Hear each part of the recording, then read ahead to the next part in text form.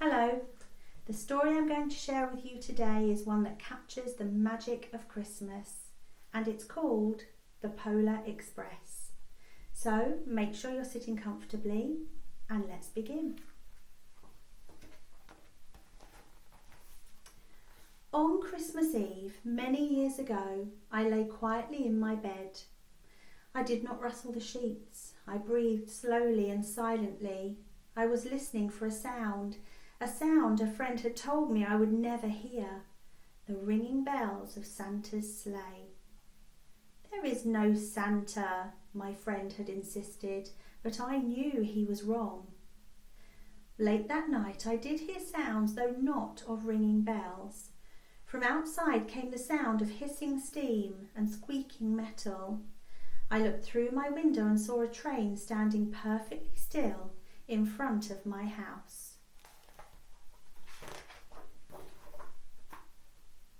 It was wrapped in an apron of steam. Snowflakes fell lightly around it. A guard stood at the open door of one of the cars. He took a pocket watch from his jacket, then looked up at my window. I put on my slippers and dressing gown. I tiptoed downstairs and out of the door. "All aboard!" the guard cried out. I ran up to him. "Well," he said, "are you coming?" "Where?" I asked. "Why, to the North Pole, of course," was his answer. "This is the Polar Express." I took his outstretched hand and he pulled me aboard. The train was filled with other children, all in their pyjamas and nightgowns. We sang Christmas carols and ate sweets with nougat centres as white as snow. We drank hot cocoa as thick and rich as melted chocolate bars. Outside, the lights of towns and villages flickered in the distance as the Polar Express raced northwards.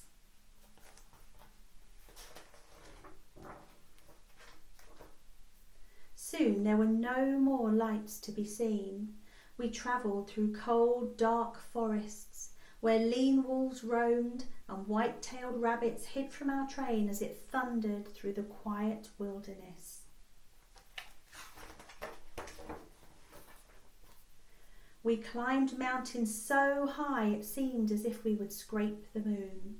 But the Polar Express never slowed down. Faster and faster we ran along, rolling over peaks and through valleys like a car on a roller coaster. The mountains turned into hills, the hills to snow-covered plains.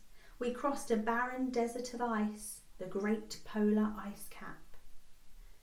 Lights appeared in the distance. They looked like the lights of a strange ocean liner sailing on a frozen sea. "There," said the guard, "is the North Pole." The North Pole. It was a huge city standing alone at the top of the world, filled with factories where every Christmas toy was made. At first we saw no elves. "They are gathering at the centre of the city," the guard told us. "That is where Santa will give the first gift of Christmas." "Who receives the first gift?" we asked. The guard answered, "He will choose one of you." "Look!" shouted one of the children. "The elves!" Outside we saw hundreds of elves. As our train drew closer to the centre of the North Pole, we slowed to a crawl, so crowded were the streets with Santa's helpers.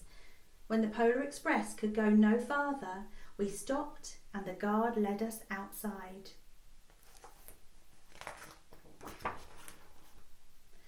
We pressed through the crowd to the edge of a large open circle. In front of us stood Santa's sleigh. The reindeer were excited. They pranced and paced, ringing the silver sleigh bells that hung from their harnesses. It was a magical sound like nothing I'd ever heard. Across the circle, the elves moved apart and Santa Claus appeared. The elves cheered wildly. He marched over to us and, pointing to me, said, "Let's have this fellow here." He jumped into his sleigh. The guard helped me up. I sat on Santa's knee and he asked, "Now, what would you like for Christmas?" I knew that I could have any gift I could imagine, but the thing I wanted most for Christmas was not inside Santa's giant bag. What I wanted more than anything was one silver bell from Santa's sleigh. When I asked, Santa smiled. Then he gave me a hug and told an elf to cut a bell from a reindeer's harness. The elf tossed it up to Santa. He stood holding the bell high above him and called out, "The first gift of Christmas!" A clock struck midnight as the elves roared their approval. Santa handed the bell to me and I put it in my dressing gown pocket. The guard helped me down from the sleigh. Santa shouted out the reindeers' names and cracked his whip. His team charged forward and climbed into the air. Santa circled once above us, then disappeared in the cold, dark polar sky. As soon as we were back inside the Polar Express, the other children asked to see my bell. I reached into my pocket, but the only thing I felt was a hole. I had lost the silver bell from Santa Claus's sleigh. "Let's hurry outside and look for it," one of the children said. But the train gave a sudden lurch and started moving. We were on our way home.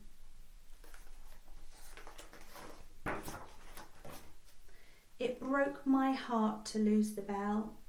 When the train reached my house, I sadly left the other children. I stood at my doorway and waved goodbye. The guard said something from the moving train, but I couldn't hear him. "What?" I yelled out. He cupped his hands around his mouth. "Merry Christmas!" he shouted. The Polar Express let out a loud blast from its whistle and sped away.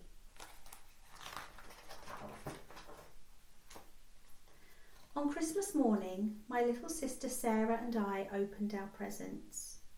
When it looked as if everything had been unwrapped, Sarah found one last small box behind the tree. It had my name on it. Inside was the silver bell. There was a note. "Found this on the seat of my sleigh. Fix that hole in your pocket."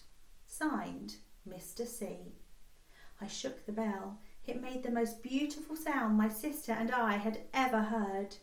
But my mother said, "Oh, that's too bad." "Yes," said my father, "it's broken." When I'd shaken the bell, my parents had not heard a sound.